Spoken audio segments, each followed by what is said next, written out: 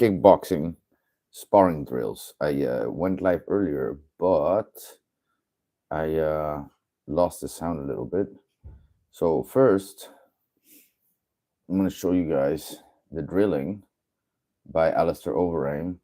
Then we're going to move on to the sparring, okay, at Mike's gym. So I'm going to show you guys both the real drilling and the real sparring. How you doing, Jizz? If you have any questions, just ask. So we're going to start easy, the warm-up, not too much power, on left side.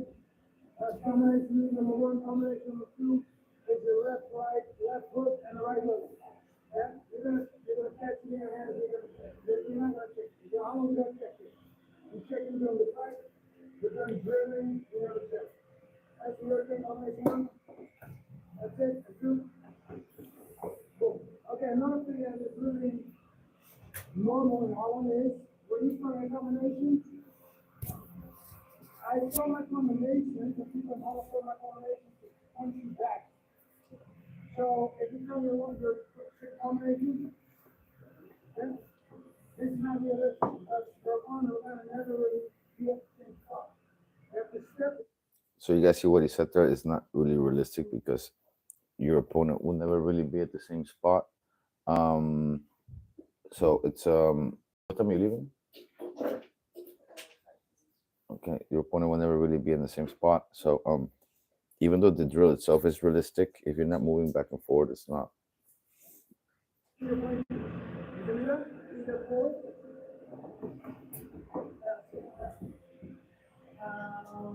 you're moving forward. 1, 2, 3. 1, 2.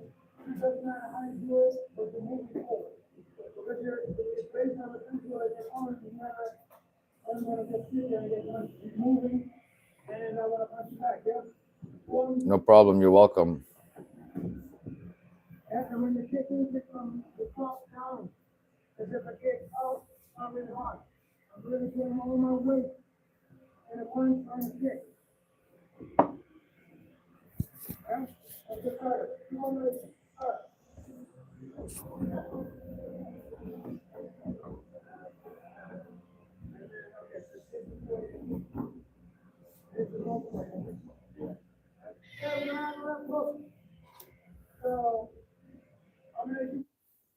So what's up? Are you you coming back? What time? When? How long? You can be in bail because I tagged you anyway, or hashtag you anyway. So and how long are you back? Hi. It's only one person. Only just. I think 11, between 11 and 11:50. Okay. All right. Okie doke. 1, left, right, combination 2, 1, 2, 3, 4, 5. The power is not in the kick anymore, the power is in the left foot. Then always the last one is the hard hit, the hard shot, the knockout, now the left foot. That one more time. So we're saying now is that the power is going to be in the next punch again. So after the low kick, another hook.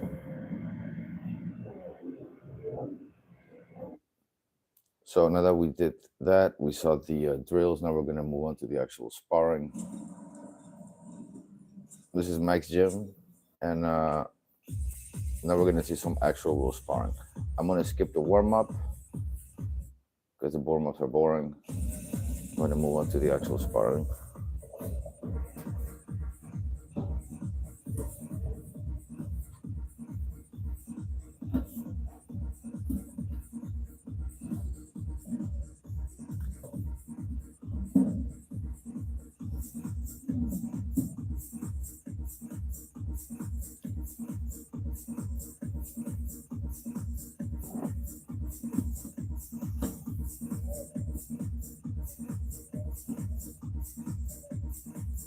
So this is what you guys want to do when you drill this stuff. If you're drilling the Dutch drills, but you're not actually sparring like the way these guys are doing here, then it's kind of worthless. You know, you need to do this sparring. You need to practice taking all this stuff.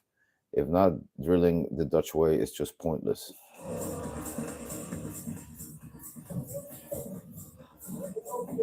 Wheel kick. See, but this is the only way to know if your stuff is going to work or not, is to actually do it on people, to actually try it on people.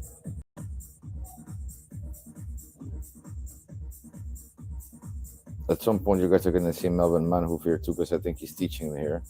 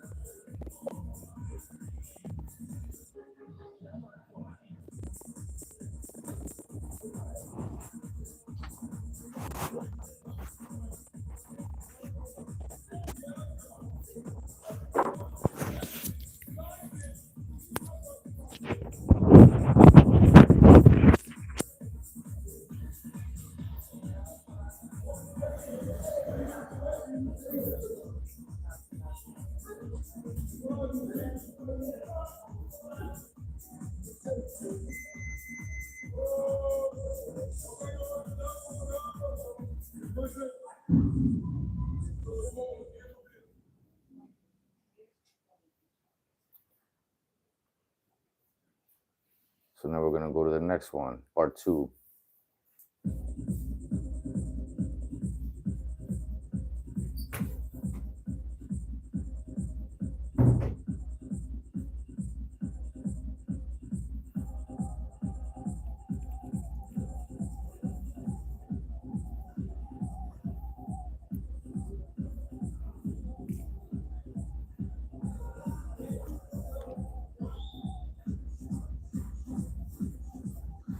Yes, I am.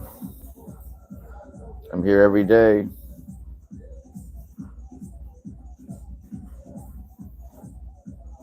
Sparring, man. In a moment, you're going to see a part in a moment where one of these guys is getting hit hard, and then it's Melvin Manhoef, I think, coaching, and he just tells them to keep going. At some point, I've already seen this before.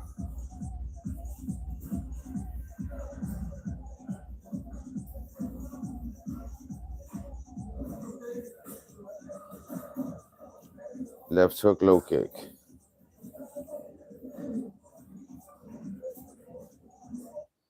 Oké, zou kunnen, maar ik weet niet precies wie je bent dan, man. Wie ben je precies? Ik heb met veel mensen gewerkt in Madrid. Wie ben je dan? Als je eventjes een naam erbij zegt, dan weet ik het weer, man. Want ik zie alleen Francie Dutch.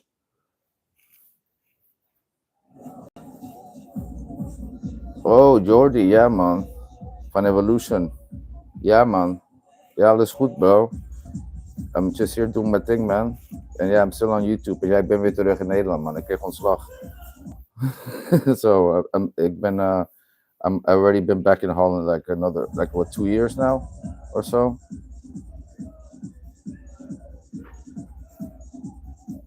And how you been, Jordy?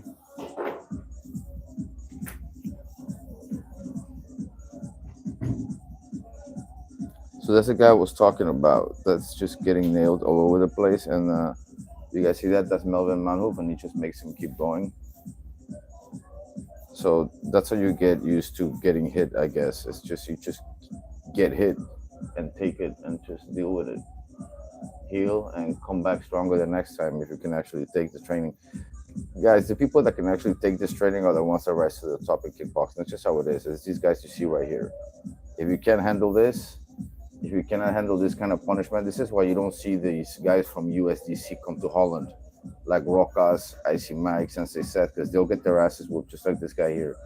Look at that, and they don't want to be exposed as the softest that they are because this is the real striking.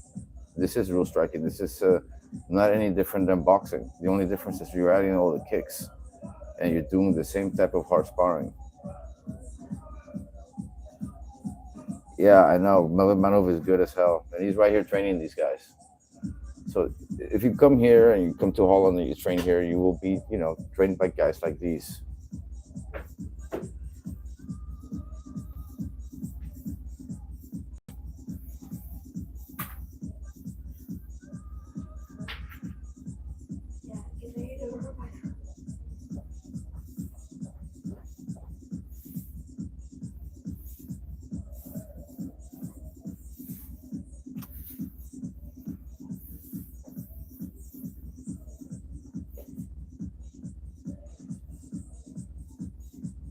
Low, no high kick, nice.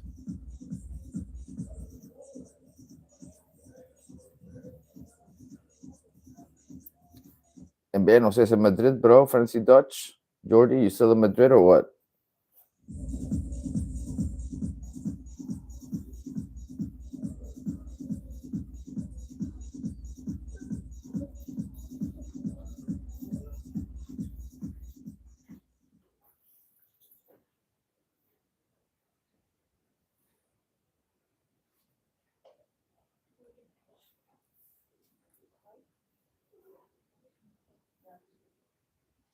De glimlach van een.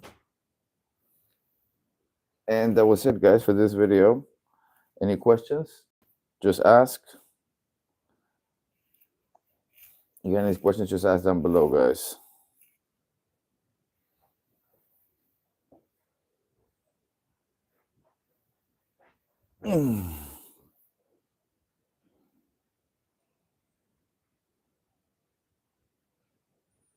Do I spar in a week? I don't spar in any amount of times in a week anymore, man. I mean, back in the days I used to spar, and by back in the days I do mean like hold on, guys, I'm looking for my coffee. Back in the days I do mean like let me see, back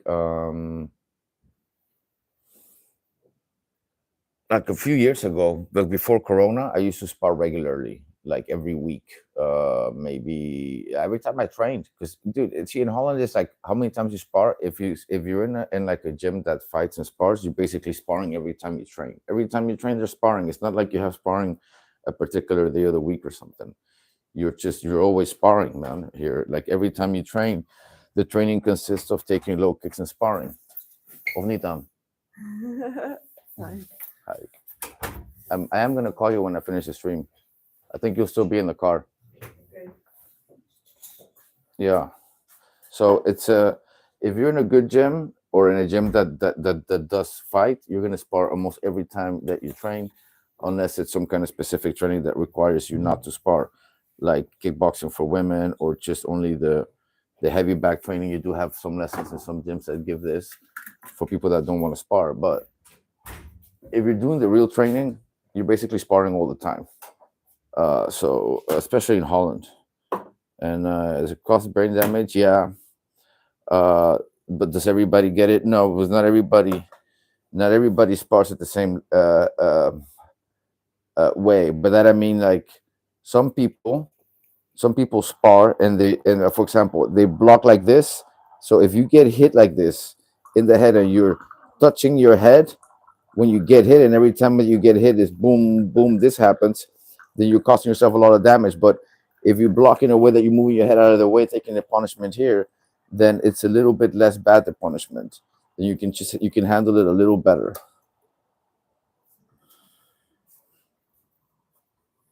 I don't know if that makes sense.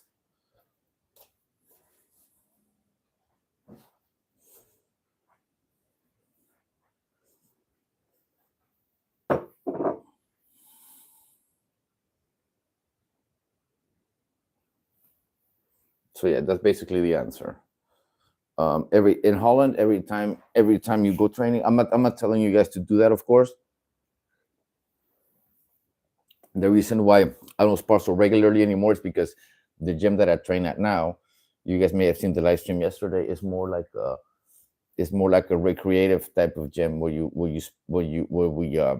don't really spar that much. So I just go there to train to like just stay fit and just stay in shape and stay fast and hit the heavy bags. And once in a while, if someone dares me to spar, I'll spar them.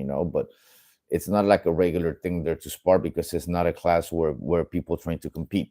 So back in the days, like every single class in Holland had sparring, but now it's changed because some gyms had just too many injuries. Too many people getting hurt, broken noses, knockouts, ambulance being called constantly, and some gyms now just don't think that's good for business unless you're, of course, in a gym like Mike's gym where that's what they do. But you do have some recreational kickboxing in Holland now, and a lot of times the trainers will be like ex-fighters and stuff like that, or people who used to fight. But um, that's not not it doesn't mean that they always spar. It really depends on the gym you're at. So yeah. Any other questions, guys? Let me know in the comments below.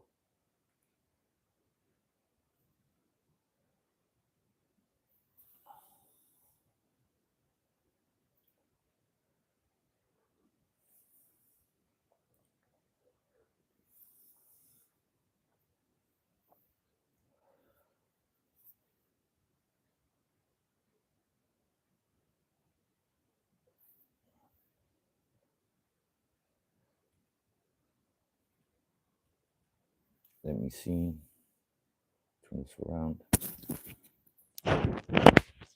And why does kickboxing dominate?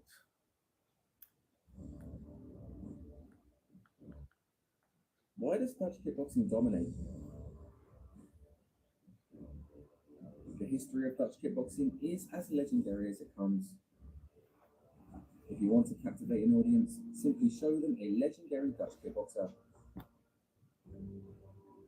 These fighters represent the most exciting and aggressive fighting style in the world. Simply watch them in action to witness what having heart means. With a heavy emphasis on boxing with low kicks, the style requires extreme athleticism and heart. Those who could tolerate hard training rose to the top and absolutely dominated.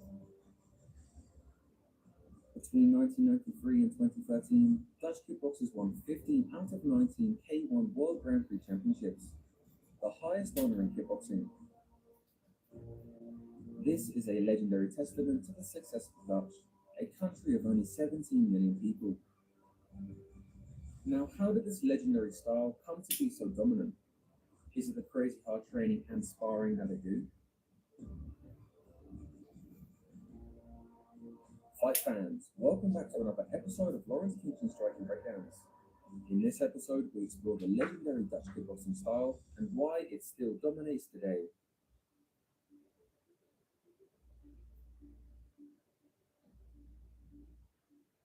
To understand why Dutch kickboxing is so effective, we must go back in history to examine the origin. As expected, the origin is legendary. John Cornelius Blooming was an avid martial artist who trained every available martial art. During his stay in Japan, he discovered Shotokan karate. But Blooming would soon switch to Kyokushin and become one of Mas Oyama's top students. With Oyama being the founder of Kyokushin karate and wanting to globalize the art, he asked Blooming to open the first Kyokushin school in Europe. Within 6 years, Blooming was awarded a black belt sixth dan, being the first non-Japanese to receive it in karate. This decision was extremely controversial amongst karatekas, and so Oyama challenged the naysayers to fight against Blooming, with the loser being stripped of black belt. A Korean champion named Hwan Mo-gun accepted the challenge and was quickly knocked out via a karate chop. Over time though, Blooming and Oyama fell apart due to disagreements, and instead he became close with Kenji Kurosaki, one of Oyama's best students who added Muay Thai and boxing into Kyokushin. In the Netherlands, he would teach many legends such as Senny Shield, Gilbert Eibel, Tom Harnick, Jan Plass, Johan Voss, and Lucien Carben.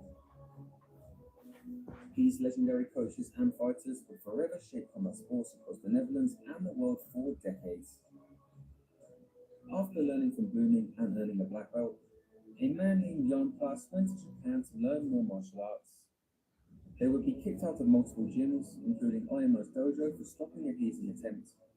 And one day, while strolling through Tokyo with his friends, they were approached by Toshio Fujiwara, the greatest Japanese fighter of all time and the first non-Thai to win a Muay Thai stadium title.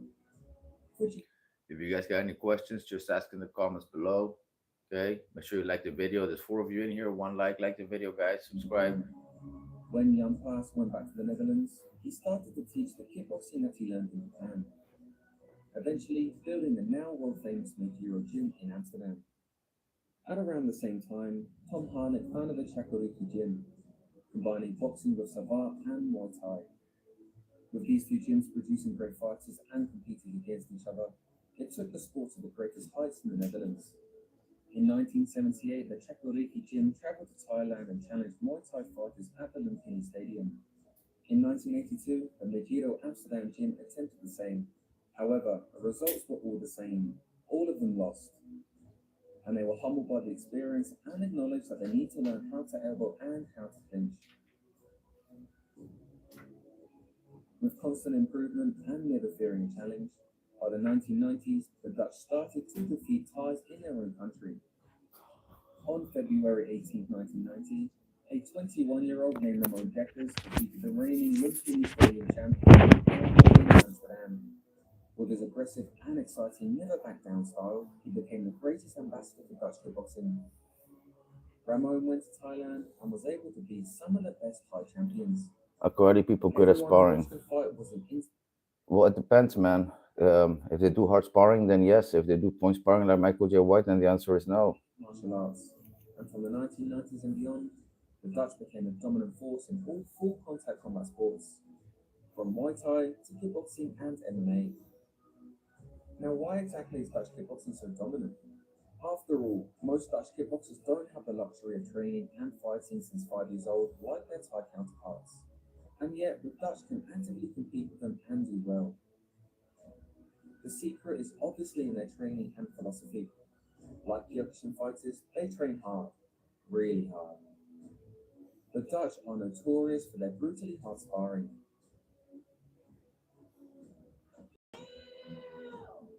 The reason they spar hard so often is to compensate for the inability to fight on a weekly basis like the Thais. That means they get their fight experience in the gym. In the gym, the sparring is equivalent to a fight. So in a sense, the Dutch have hundreds of fights in the gym. Their training is so hard that even knockdowns and knockouts are tolerated. This is why all these guys don't come here. All of these martial arts YouTubers, they don't come to Holland. Jeff Chan came here, but he only sparred one guy his own size, and he complained in his title that they were going hard, as if you didn't already know that before you came here, my bro. This allows them to train realistic combinations with each other until it becomes second nature. Realistic combinations until it becomes second nature. Taking of the low kick, conditioning the body. At the same time, boom, see, taking it, taking it, boom. Really allowed them to excel on the world stage.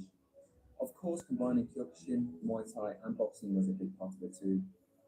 For the most part, Dutch fighters hyper-focus on combination punching. Yeah, if it can go really well together if you combine it the right way, of course.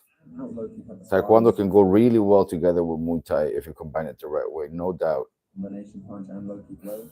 The Dutch style is the preferred style for MMA fighters. This is especially the case for the boxer-wrestler archetype, who rely on a low center of gravity for their chosen techniques. What do you think of the Dutch style and how hard they spar? Let us know in the comment section. Yeah, let me know. What do you think of the Dutch style and how hard we spar? Really good question. I mean, these are questions, right? But yeah, let me know, guys, below what you guys think.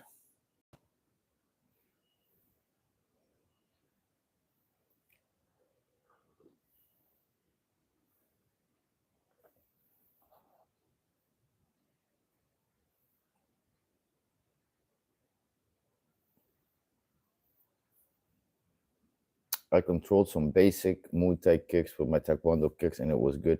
Yeah, it definitely helps a lot to combine any form of striking with Muay Thai. Like if you're or Dutch kickboxing, I correct myself. If you do Taekwondo kicks and you mix it up with it, or you do boxing like regular Western boxing and you mix it up with the Dutch kickboxing, then your striking is going to improve a lot, especially if you take the time to do like maybe both. Like you do a Dutch kickboxing, but on the side you train like with a boxing coach and a taekwondo coach, and you mix it up with your Dutch kickboxing. Ooh, your striking will be deadly, deadlier than deadly. You know, this is because you're doing all kinds of forms of striking that goes well with each other. You know what I mean? So, yeah, boom, boom, boom, boom, boom. The sunshine. He is like Neo, a This is superhuman living in the Matrix. this is Muay Thai. Another thing, he's like Neo. That's funny. But I do want to see him come and spar here, like in a Mike's gym scenario. Like that is a really good kick. He's moving forward this way or sideways in a 45-degree angle while throwing the roundhouse kick, which just generates a lot of power. That's Senshai, by the He way. I makes think, fighting world champions look so easy that you yeah, he makes a lot of people look bad because he just takes it like a game. Like you very well should. You should take it like a game.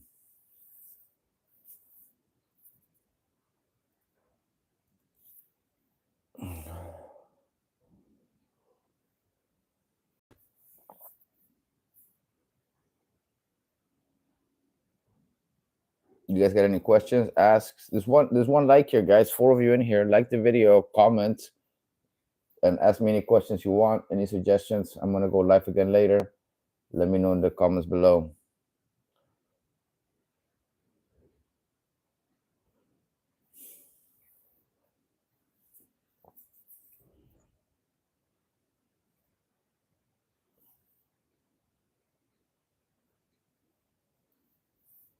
B Senshai would do where here? You mean here in Holland? Well, I don't know. I think Senshai in Holland. I think he would lose eventually because the thing about Holland, man, is like you get humbled either way.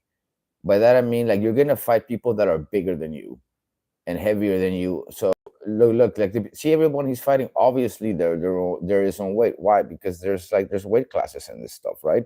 And there's the thing about Holland when you fight here and you spar here and the gyms here, they don't care about weight classes. Weight classes is for when you actually compete. You just fight everybody. Even girls get the worst of it. I remember um girls getting kicked in the head hard by like big dudes. Like that's normal in Holland. So you already know that if you're gonna come here and spar here, you're gonna take a beat down. Do I think this guy Sanchez's insane movement with speed and slick striking would be good enough to be better? What do you mean? What do you mean by be better? Like he's already good. The thing is, I just think that if he sparred here, he would eventually lose. Would that make him better? Probably, yeah. Probably will make him better. I mean, he's already good. It's not like he needs a lot more improvement. I mean, look at the way he moves. He has really good defense. He obviously understands the ring really well. He's got like elbows. He's got like a lot of knockouts. Like he's a professional fighter. There's no doubt about it. He's like one of the best in the world, and he might even be better than a lot of Dutch fighters as well. No doubt about it. But all I'm saying is that if he came here and sparred really, really, really big heavyweight people, all I'm saying is like that I think he would lose, and I don't know if he'd be able to withstand that punishment at his age. Maybe if he was younger and trained here, it would be a different story. But I think could have possibly even competed at like a heavier weight or against bigger guys like Manhoef did, like Gokhan Saki did, like Andy Hugh did. Definitely, Senshai could do that. He's skilled enough to do that. So yeah.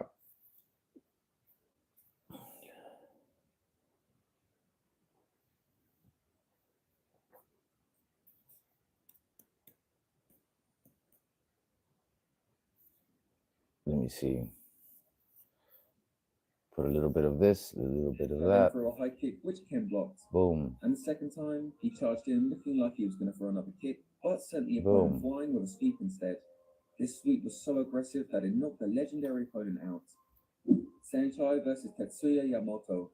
Tetsuya is one of the best Japanese Muay Thai fighters of this era, but for Sanchai, it was easy work. When Tetsuya tried to pressure forward to back Sanchai up against Single the ropes, kicks. Sanchai lifted his knee up. Single and pressed kicks. forward with a What? technique See, this is the called thing. Tiger. Again, a This single allows him to kick. follow range explosively That might as and well be a go into a taekwondo cemented match. left It's all hook single as kick, well. single kick, single kick, The single opponent kick. tried to counter him with a left hook, but Sanchai had the perfect distancing and lean back. Yeah, to stay anyhow. away as his high kick lands flush on Tetsuya's chin. I dream It about was just myself no doing easy work on unrealistic that. stuff and making it work. Yeah, everybody Sanchai does, man. versus I Gipton did that Ozpur. myself too. And you know, for example, like the wheel kick, I tried the wheel kick a lot. Like as a kid, I tried it in street fights. I tried it many times. I'm not gonna lie, in street fights as a kid. And then I cannot say I ever landed it.